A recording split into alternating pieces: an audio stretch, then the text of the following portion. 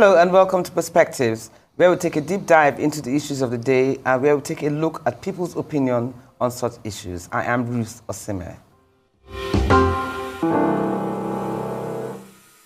Welcome back to Perspectives here on Arise News. In recent years, Nigeria has witnessed a concerning trend of increasing suicide deaths, particularly amongst young people. The most recent one we have heard of is that of Nick Imudia, who jumped from the balcony of his apartment in Lekki here in Lagos. Imudia was the former chief executive officer of Konga, one of Nigeria's e-commerce giants, and before that, he was the managing director of Nokia for its West and Central Africa operations. At the time of his death, Nick was the managing director of a device finance and solar solutions company based in Kenya. Nick Imudia had it all: great portfolio work-wise, and was a leader par excellence in every single sense. He loved living life and enjoyed it to his fullest. Before his untimely death, he actually called his friend in the United States and told him how to distribute his assets, and also called his daughter to tell her that he would always be near her. His death has left many people in shock, with many saying it's impossible for him to commit suicide because he seemingly had a life many would envy and admire. There are lessons to be learned from this painful loss and about people going through depression. Depression affects both the rich and the poor, young and old, male or female. We have heard stories like Nick Imudia's, one time too many. Others are people who have jumped to their deaths like he did. Some have hung themselves, while others have drank poisonous chemicals such as sniper, which tears the organs of the body apart and results in the most agonizingly painful death of the victim.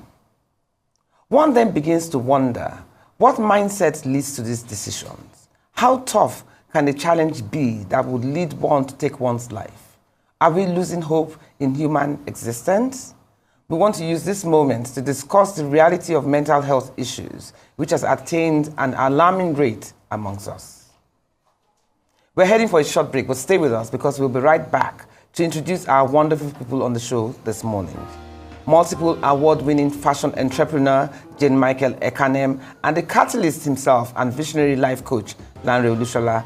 Perspectives to return in just a moment. Welcome back to Perspective on Arise News. And we've finally arrived at that point where we bring our special guest into the conversation. And for this particular subject, I'm now being joined by Jane Michael Ekanem, a multiple award-winning creative visionary, celebrated celebrity stylist, designer, and fashion entrepreneur who has earned accolades for her innovative approach to fashion. Jane Michael's talents have been recognized globally, including for curating fashion for the Celebration of African Culture event attended by French President Emmanuel Macron. Beyond fashion, Jane Michael is a mental health and wellness advocate, a TEDx speaker, and the Dean of School of Style Africa. Her autobiography, April the 29th, chronicles her life's journey. I also have joining me here Dr. Lanre Olusola, who is referred to as the Catalyst, a visionary life coach who has in over 2 decades transformed the coaching landscape through this innovative approach. Dr. Lanre Olusola established the first comprehensive integrative coaching academy in West Africa and launched Africa's first digital platform, Coach Me Online. He is the founder of Life Coaches Association of Nigeria and a board of trustee member at the International Coach Federation Nigeria. It's a great feeling to say thank you to both of you for answering my call. Thank you for having us. Good to see you. Now, Lanre, I want to ask you, there's a stigma related to this mental health issue and also related to the act of suicide. And I wonder why it has not been addressed as a public health problem, because it's becoming very prevalent. You also said something about women and men concerning suicide. So please enlighten us. All right, thank you very much, Ruth, and it's really an honor and a privilege to be on the platform with you, Jane. Thank you. Nigeria is happening to us because we are fundamentally influenced by tradition and culture. we're also fundamentally influenced by our mindset and our belief system. So Nigerians and black people don't think that depression and these kinds of things happen to black people. Even up to now? Yeah, they say it's white people's problem, or it's a spiritual attack. It's people from your village that have sent an arrow to you. And, you know, we don't have enough advocates. We don't have enough collaborators with media organizations that are advocating and creating awareness of this phenomenon. 1 in 4 people globally is being affected by mental health. 1 in 4? 1 in 4. That's high. Right? So if we talk about the people in this room, at least 2 of us. Well, have contemplated or have actually thought? No, you have a mental health issue. Oh, okay. Now, depression is another issue. 5% of the world's population, as adults, are suffering from depression. So it is a global phenomenon. It has nothing to do with your creed, your age, your race. It has absolutely nothing to do with your gender. It is a problem that we are all facing globally. And, you know, especially post-COVID, it is one of the most critical post-COVID effects. Because for 2 years we were isolated. We were disconnected from, you know, social interactions. And social interactions is very, very important. Hugging people is very, very important. Engaging, interacting, connecting with people face-to-face on a daily basis is very, very important. So these devices that we carry around, mobile phones, text messages, yeah, it still connects us. But you need physical interaction. You need physical touch. You need hug. You need to engage eye to eye. And a lot of that is not happening anymore. Because, you know, sometimes I realize that I haven't seen my friend in 6 to 8 months. But it feels like I've been seeing them. Exactly, because you feel that once you've connected with them through text or through WhatsApp, you've stayed in touch. But you brought something up before I go to Jane. You said that more women attempt and more men succeed in committing suicide. Why is that so? So 90% of suicide cases is the result of depression. Okay? Now, more women attempt suicide, but more men die from suicide. As a moment, they go through it. You go through it, yes. So you know, women have been nurtured to express their emotions by parents. So if your daughter is feeling unhappy, she's allowed to cry. She's allowed to express herself. What would you do when she does? You bring her, you pet her, and you know she feels more loved. Whereas men are not supposed to cry. When the boy cries, you say, "Suck it up. You are a man." Men don't cry. Yeah. So men do not talk about their issues. And men they are not allowed to show vulnerability. And when they do, you are looking at them like, are you a man? That's so And so a lot of men actually at that point where they're dysfunctional, where they're not thinking right, where they're running negative, limiting, disempowering thoughts and beliefs, there's nobody to really open up to and be vulnerable with. Wow. Let's go. So they go through the entire process. Let's bring Jane in. But Jane, you said there was a point that you hit rock bottom. Because you, obviously, you're going to tell us about what happened to you concerning your suicide attempt. But at the point you hit rock bottom, tell us what effect this had on your mental health and what made you get to that level. At the time I hit rock bottom, I couldn't bring myself to realization that Almighty Jane, you know, had nothing. And rock bottom for me was losing everything. I lost my factory. I lost my Prado Jeep. I lost my power bike because I'm a female biker as well. So at that point, I lost every sense of me, every sense of belonging, everything that made me who I am, everything that made me become and have some point of livelihood and, you know, source of income. I lost everything. I even remember, you know, being so much at the rock bottom that I used another Instagram account, a personal Instagram account with a different and isolated name, you know, handle, to beg for money on the comment section. You know, I think it was like 1,000 naira just to eat. Or so you mean at a point you didn't even have 1,000 naira? I didn't even from have, having a Jeep. Yes. From having a business. And it's not like I didn't have family, but because I had a mental breakdown at that time as well, I had isolated myself from friends and family who genuinely loved me. You know, I had triggers of anxiety and all of that. But yes, let's not digress too much. But that was what happened, you know, when I hit. That was what rock bottom was like for me. But have you always had these triggers? Or what made this trigger become so prominent to the extent that you lost everything in the process? How did this start?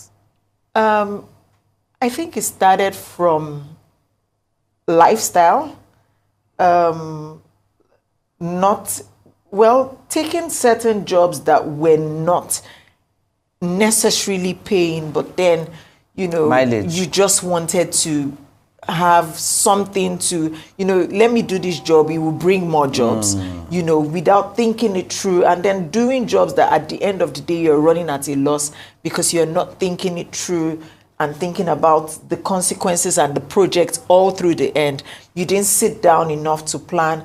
And that's part of the reasons why these days when people give me jobs, I don't take jobs in a hurry. You know, give me at least 2 days to think it through and think about the consequences and let me know everything that is required of the job. Okay. So I don't shoot myself in the leg.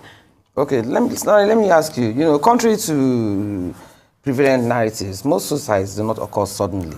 Do you understand? And they are usually preceded by warning signals, or, you know, so what are these signals that you need to look out for in people that at least you know?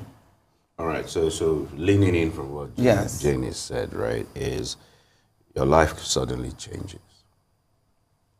Things that you used to master, you no longer have mastery over them. Things that you had control over, you no longer have control over them. You now start feeling overwhelmed. So life situation completely changes.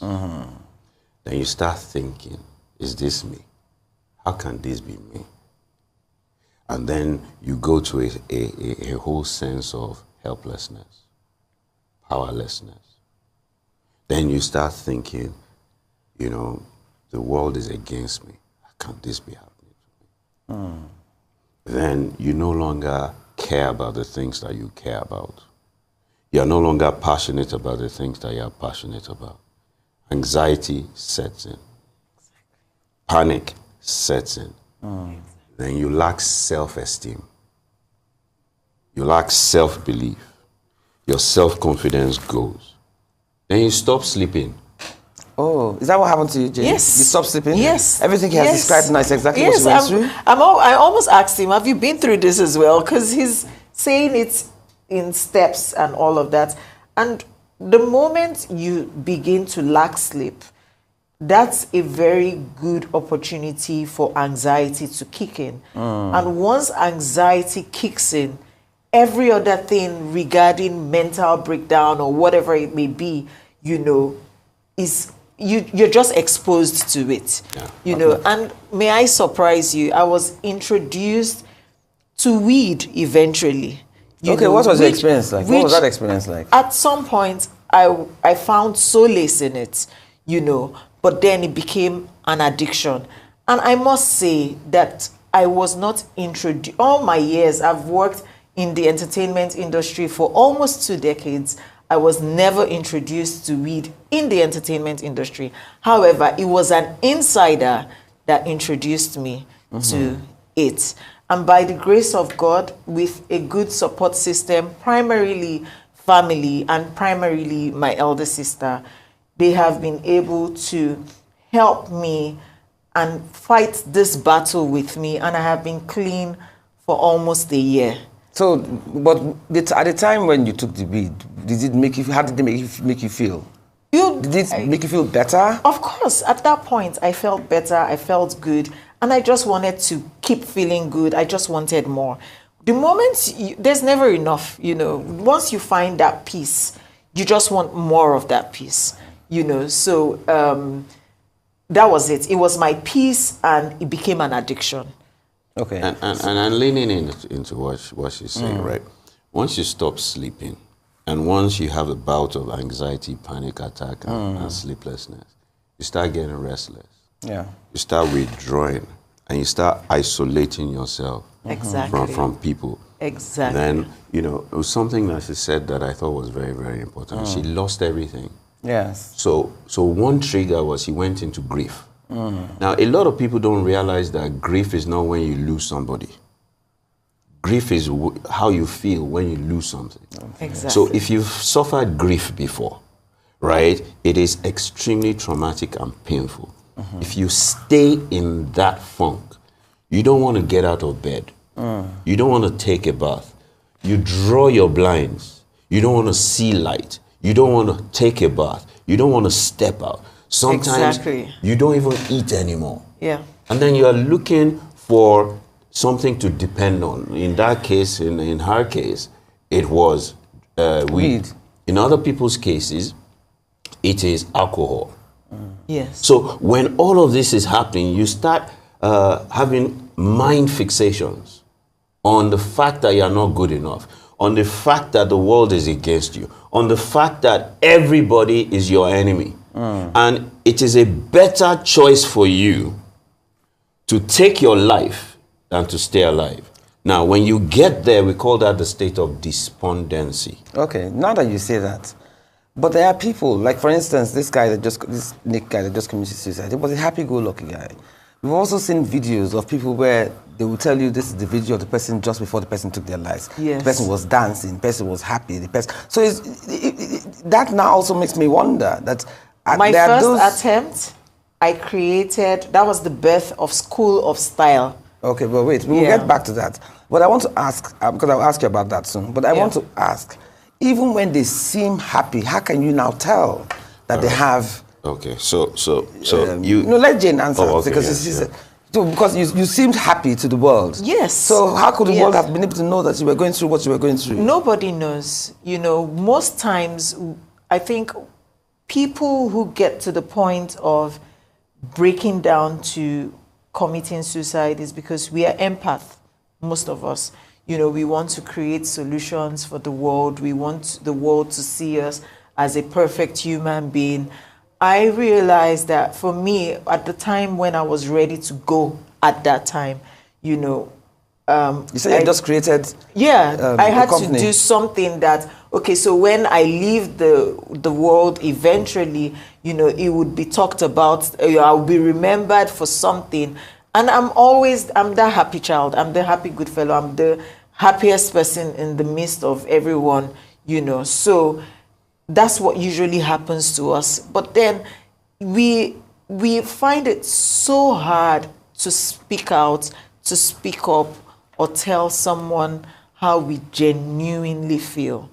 And I think that COVID was a prior solution for me, because regardless of how I started finding my way through it, you know, when COVID happened, I couldn't help it anymore. I came out, it was like a public outburst of, guys, this thing is not working.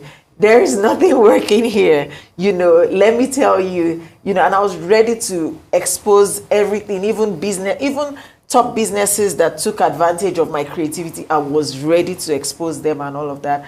But as God may have it, my elder sister came to arrest the situation, and we have been on the journey to wellness, you know, till we are here. Let me ask, so does that mean during this your journey of feeling suicidal, you had your highs and lows? Yes. There were moments where you went through serious melancholy, there were moments when you went through excitement, happiness, whatever. So, so Lanre, that means it's like a yo-yo. 1 minute you are up there, next minute you are down there. So it's not as if it's one lull. It's a roller all coaster. through. So it's a roller coaster. So the journey, the journey is like that, right? But when you consistently have those symptoms that I've spoken about back to back every day for 2 weeks, then you are getting to an alarming state and stage where the tendency to take your life is highest. Okay, but now that you say that, how do you now support people with suicidal thoughts or feelings? What do you now do to enable, to at least help them get out of this The very first thing is you have situation? you have to know the symptoms. You as a loved one, Yes. and you as a friend. Yes, parents, friends, siblings, everybody needs to be educated. Awareness. Awareness And is that's key. where awareness comes in. Everybody needs to know. So it's not just about you. It's about understanding the telltale signs and knowing and really genuinely caring. You know, this was the root of, hi, how are you? But we have turned how are you into another greeting. Check in with people to really ask how they are. And really, really let them be able to tell you how they are feeling. But you know what? When they ask you how you are, great. In Nigeria now, if you are not feeling well health-wise, you say, I'm strong. All of those things we need to, begin to deal with it. If you're not feeling fine, say you're not feeling fine. If you are feeling sad, if you are feeling heavy, if you are feeling burdened, if you are feeling depressed, say you are, so that we can know. But here, if you say that you are, they look at you that, you don't have faith. Especially, the religious, people. They look at you that, no, don't say that, oh. We're in denial. And so we that were siblings, parents, and family and friends, we need to know the telltale, we need to know the signs.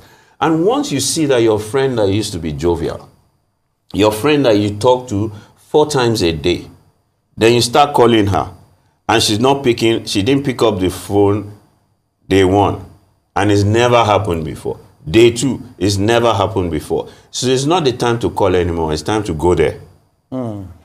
And go and sit with her and find out exactly what is happening with her. Don't just sit with her, stay with her. I also think the economy too also plays a prominent role, because yes, it does. People are already burdened. I'm not justifying lack of attention or lack of awareness, but people themselves are already burdened with their own issues. So much as they might want to reach out, do you understand? Maybe they will reach out once or twice, and by the time they attend to your need or what have you, they are too distracted and overwhelmed by their own issues, which everybody has in Nigeria. Nigeria is a tough place to live, like you said. Nigeria happens to you. I think the primary solution to this is creating more awareness. Exactly. And creating more helplines. I was just going to say that. Unfortunately, we've had situations where therapists, especially in Nigeria, have taken advantage of the situation. How so? And even made appointments more expensive than even medication itself. Wow. So I'm trying to ensure that I build a platform where it allows, now you can call on WhatsApp internationally and you're not feeling the burden. And we have so many therapists globally that are willing to work with us at a token or free. And that's what I'm trying to ensure I do, to cushion. And when there is more demand, when there is more supply, scarcity subsides, and then the price drops. Also drops. Yes. So that's what I'm trying to do. Because it's now an alarming situation. Yes, it is. There was even a time where they mentioned that they were building another psychiatric hospital because Yaba Psychiatric Hospital is constantly full, and it's getting to our doorsteps. Yes, it is. It is already there. It's not in my family trait, but I had a mental breakdown. I was diagnosed at first with psychosis and then bipolar. So it's now here, right in front of us. And what do we do? And look at it now. This man just committed suicide. Does he have to lead to death before we sit up and, it's just about time. Okay, you said you had a public meltdown. Tell us what happened when what happened was that I called out so many people. Like the first person I called was my elder sister. As a matter of fact, it happened on April 1st. So people thought it was April Fool's stunt. I called out my family. I even called out Auntie Moabudu, called out people. And just like I had mentioned, and Uncle Olusola had mentioned too, you begin to see everyone as an enemy, as a threat, you know. And I was just calling out people. And what were you saying to them? That they were mean to me, they didn't like me. Are you serious? Yes, yes. They were, you know, I even put out the picture of me being in the psychiatric hospital initially. You know, I put out the card that it wasn't a joke and all of that. And people were like, how can the Jane that we all know to be a happy, you know, jolly fella coming down to rock? That, then people knew that it was a rock bottom situation. So that was what happened. Okay, but Lanre, when people are struggling with suicides, and or people, you see that they're struggling with suicide, but they are in denial. They don't think that that's what the problem is. How do you convince them? How do you arrest the situation before it gets to that level? So the loved one has to take charge. And this is, you know, the point that I was trying to make, you know, your family, or that your but the person doesn't think that there's anything wrong with them. You have to check the person into therapy. How do you check them? Do you physically carry them? Yes, you physically carry them. Because they're in a state of dysfunction. So it's not like malaria where you physically feel ill and then you can drive yourself to, you know, the hospital. Yeah? Yes. That's not the situation. No, but they don't think there's anything. They haven't accepted that there's something wrong mentally, with them. and they don't write on your forehead. Yeah. Mentally, psychologically, emotionally, the person is down and out. You, as a loved one, you, as a friend, you need to hijack them and check them in. Okay, we're going on a break. I would like to pursue that further still. But we're going on a break. Please don't go anywhere. Listen to this. It's a very, very deep episode, and I hope we'll learn one or two things from it by the end of it. So go grab your cup of tea. As I always say, see you right back soon on Perspectives.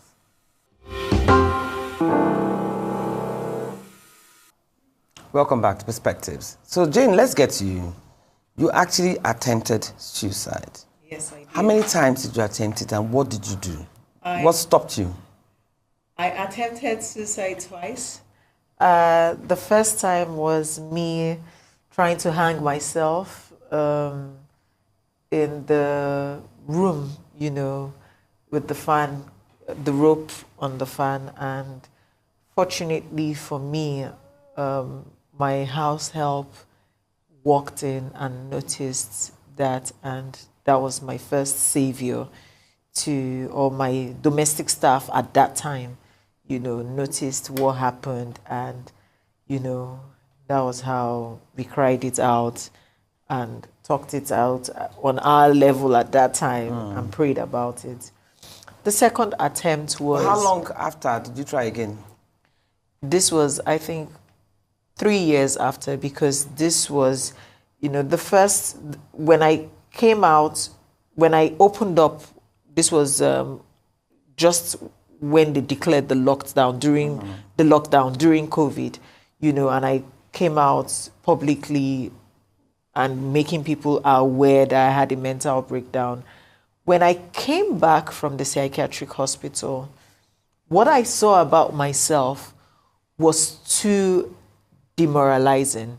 I'm one person who you would never find any scandal about me.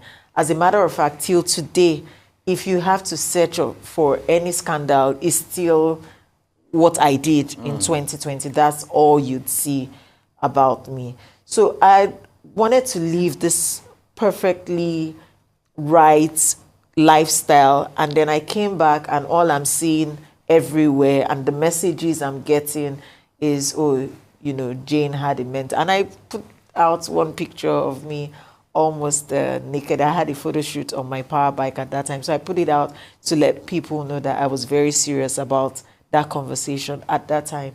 So that broke me down, that I felt that I wasn't societally perfect, you know. And I bought the sniper that same 2020, that certainly it was going to be useful. However, the female biking community, and this is where I have to say people should stop saying that women don't support women, because the female biking community supported me for almost 2 years with a token to be able to buy my toiletries since I was clearly out of business, you know. And when they broke the news to me at that time that the money they had raised to sustain me had finished, and this was the last month they were giving, you know, and the money was finishing, and I said, okay, oh well, I might as well just use the sniper this time around. Wow. And I didn't have any money in my account. I had gone to beg with my other Instagram accounts for money, and nobody was paying attention to it because people thought I was one of those other people who just come to beg. And besides, they didn't know it was me, you know. That was gone by the way. No money, no data. Okay, let me just wrap up this data that I have left. And once it's done, I take the sniper and I go and meet my creator. And then Alex Ekubo posts something inspiring about one not giving up, about one paying attention to, you know, life and the positive side of life. That message was for me. I couldn't have seen it in any other way. But guess what? I just tossed the sniper away last year. And I'm not going to say that I haven't faced challenges, and I don't think I would stop facing challenges. However, I have been able to navigate life in a more better way. Okay. Are you on medication or anything? Yes, I'm still on medication. Not just medication. I'm on medication. I'm on therapy. And I'm deeply rooted in the Word of God. I'm deeply rooted and spiritually inclined with my Creator. Okay. And that has been like my foundation to understanding how to navigate life better. Okay, but you know, now Sorry. that Jane Michael, has spoken about her situation, you can tell that obviously for anybody to be bold enough to even take the step of committing suicide, it's not in the right place mentally. Yeah. Which is why I cannot figure out why it's being criminalized in Nigeria. How can they say if you attempt suicide, you'll be sentenced or you'll be jailed? What do you think about that? The criminalization of suicide. So doesn't that make it worse? This is part of what needs to change in Nigeria. Yeah. Our policies are archaic. Our mental health policies are archaic. When they wrote those policies, it was in the 90s. And what we know about mental health now is different from what we knew about mental health. So we need to upgrade it. And some people are working on that. Okay, that's good to know. We just hope that we can fast track it. It needs to be fast tracked because the last thing you want to hear is, that you survived attempted suicide and then you're going to jail for it. How does that make any sense? And that will push people to make sure they succeed. Okay. What about the loved ones? In terms of if you attempt and you are caught and you know you go to jail, that attempt must work. Do you understand? It's a lose-lose for you. Yes. So make sure that it works so that you are not arrested and jailed. But, speaking to, government and our policies, we need to sponsor that bill. That bill needs to change. Okay, but loved ones also are suffering from, loved ones of people who have committed suicide can also fall into depression. There's always that stigma of your child or your husband or your brother or your sibling committed suicide. Do you understand? So are there therapeutic sessions that loved ones of people who have committed suicide can go to be enable them better handle the awkwardness of the situation? I think Jane should even share with us how her family felt after she put out all of that, information, so that people that are considering suicide understand what they will put, the trauma that their family will face. Actually, that's true. That's a good question. So it took a bit over 3 years for me to almost completely reconcile with my family because of that act that I did, because I put out my brother-in-law's number on social media, and he's an extreme private person. Until today, as I speak with you, that number is still being bugged. Wow. Because of that act that I did. What did you put his number out there? I called him out, you know, called out my sister, put his picture there and put his number there. That he's the one that gave my sister the money to take me to the first psychiatric hospital. So it's, you know... Because at the time you were going through what you were going through, you were purely selfish in your emotions. Yes. You didn't realize the impact. I didn't. I mean, we spoke to your sister impact. just before we entered. Yes. And yes. we could see the pain in her voice when she was talking about how you fought your nieces and nephews that you were totally in love with. Yes. But you make such a big fuss and you almost cut them off. Yes. So I want people watching this show to realize that yes, you might be going through what you're going through and we understand that. But you have to realize the impact that you're leaving behind.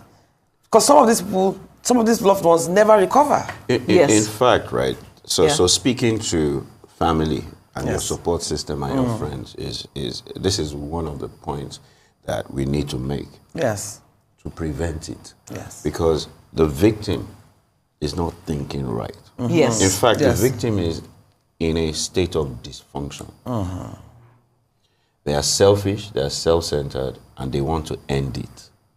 So they're not thinking about you. Okay, now Can I quickly correct you there? I would not particularly say that they are being selfish. They have gotten frustrated to the point that, you know, what will be should be.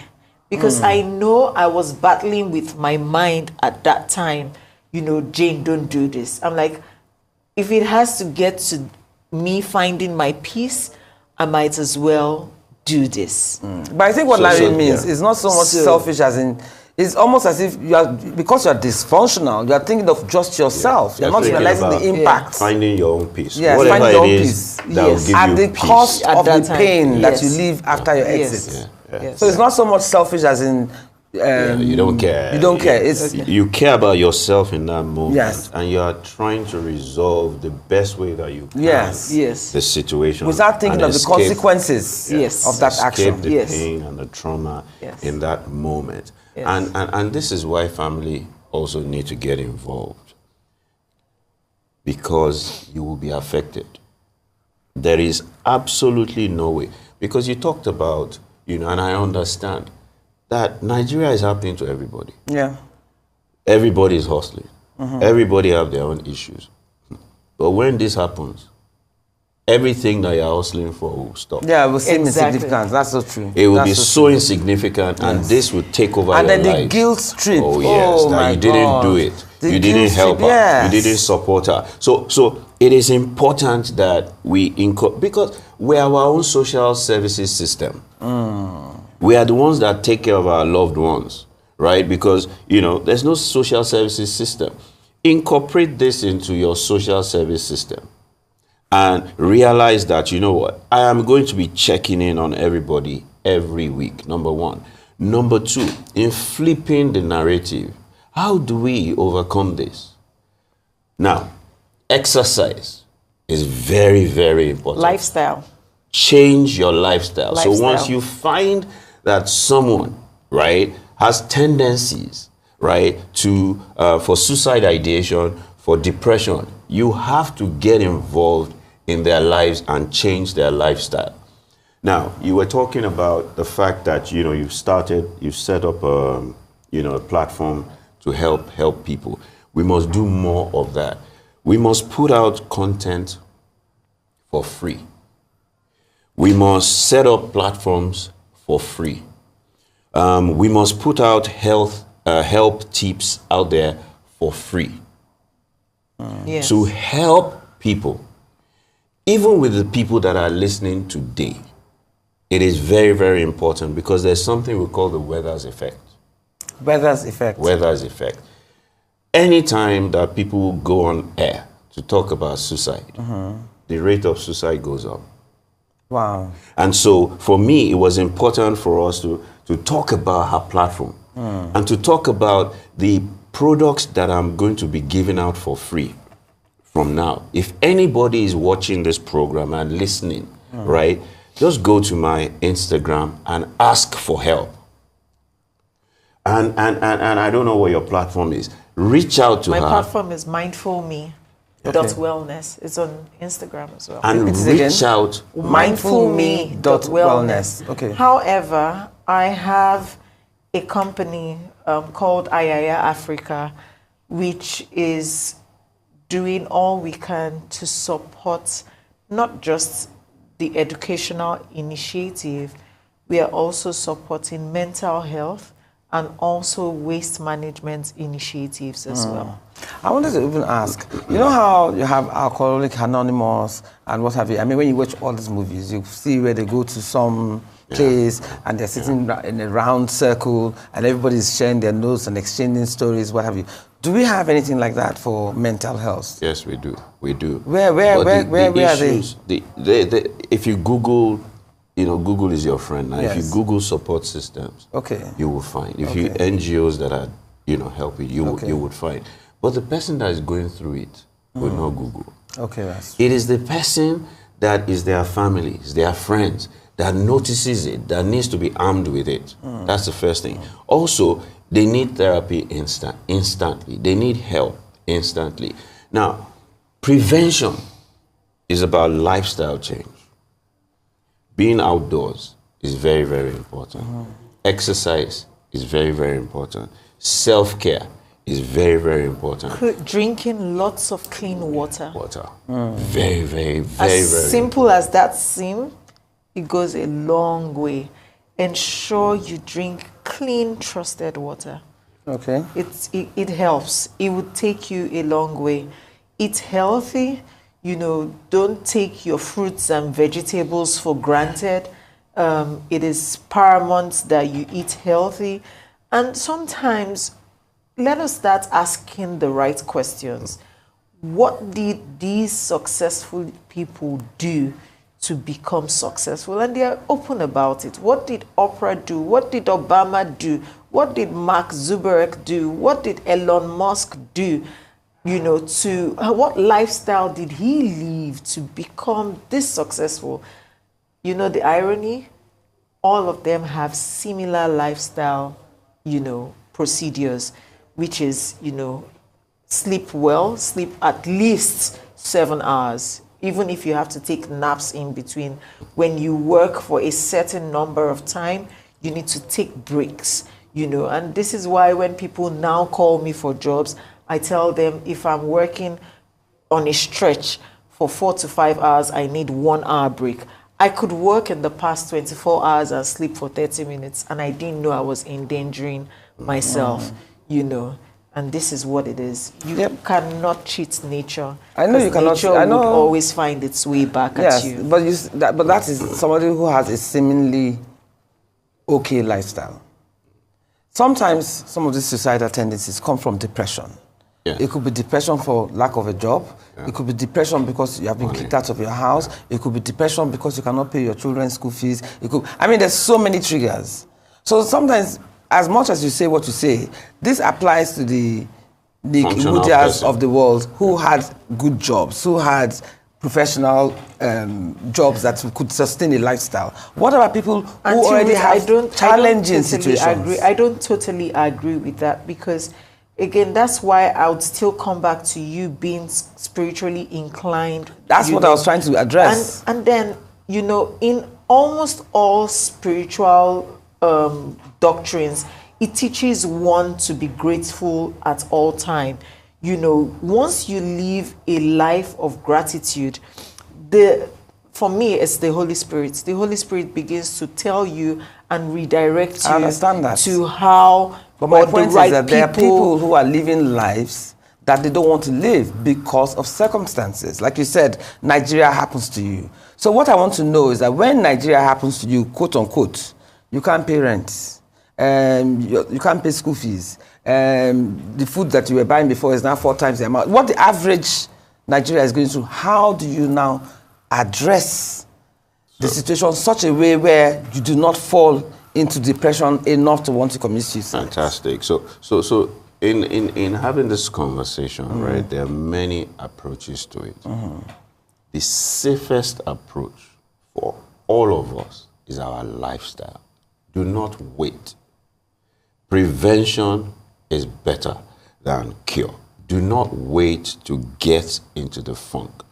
So one of the things that I've done is I've created 50 things that you must do every day, every week, every month. Simple things that we have talked about. Even though all these challenges are in front of you. Yes. In spite of your challenges, Exactly. Yes. Okay. you can exercise. Yes. In spite of your challenges, you should be grateful for life and breath. Yes. Because you know what? It can even be worse. In spite of your challenges. So your way of thinking has to be more positive, regardless of the negativity. Situation. Yes. In spite of the situation. Exactly. In spite of the situation, sleep between 6 to 8 hours. This is very, very important. Sleep deprivation is a major trigger, right? Maybe you may not be able to go and eat in a restaurant, but cook for yourself. But you need to spice pepper. Is very, very important. Oh, why? Oh, yes. So I don't like pepper. You need to be able to, because pepper boosts your endorphins. Oh. Endorphins, right, is the body's natural Is that the one that brings happiness? No, that's dopamine and dopamine, oxytocin. So the body of knowledge that I was talking about, the 50 tips that will help you boost your dose of dopamine, oxytocin, serotonin, and endorphins. Okay. These 3 happy hormones are very, very important. If you can keep your dose of dopamine, oxytocin, serotonin, and endorphins high every day, you will be doing yourself the greatest. So in other words, you need to eat as much pepper as possible. Pepper is for endorphins. Okay. Spicy. Don't kill yourself, though. but people that don't eat pepper, I don't even like pepper at all. their threshold for managing pain is low. Oh, especially emotional pain, physical pain. Yeah, their threshold for managing pain is very, very low. If you want to boost your pain threshold, pepper, please, pepper. And be careful before some people go and eat tatashi. No, not they go and eat raw pepper. And I said to them, build it up, because you need to be able to build it up. Going for massage. Very, very important. Spa. If you cannot pay the expensive spas, there are local even swimming as well. Swimming too is very important. But most importantly is social interaction. Hugging. Oh, so it's hugging doesn't really make that much. Hug. Wow. Oh, yes. Oh, yes. Hugging every day. Very important.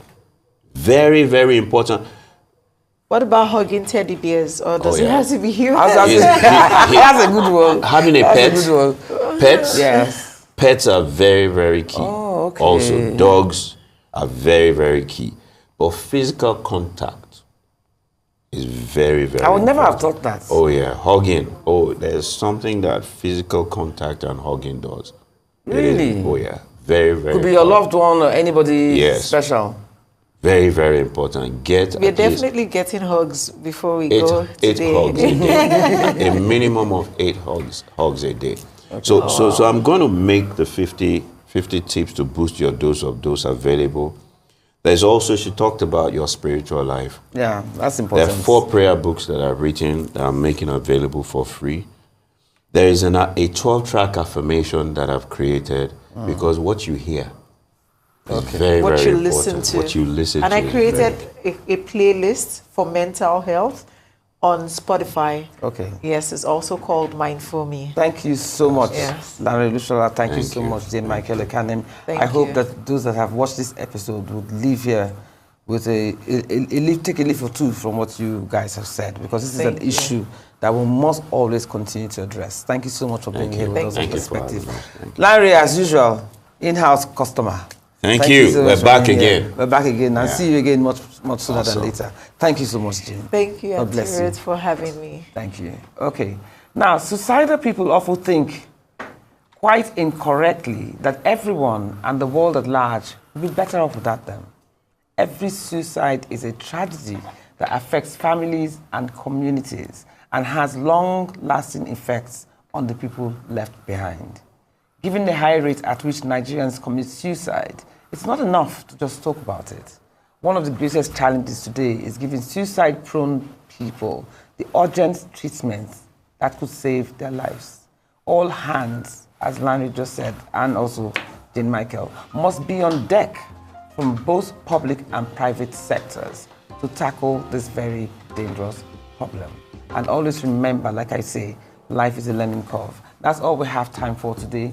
You've been watching Perspectives here on Arise News with me, Ruth Isime. This is where we'll drop anchor on this episode.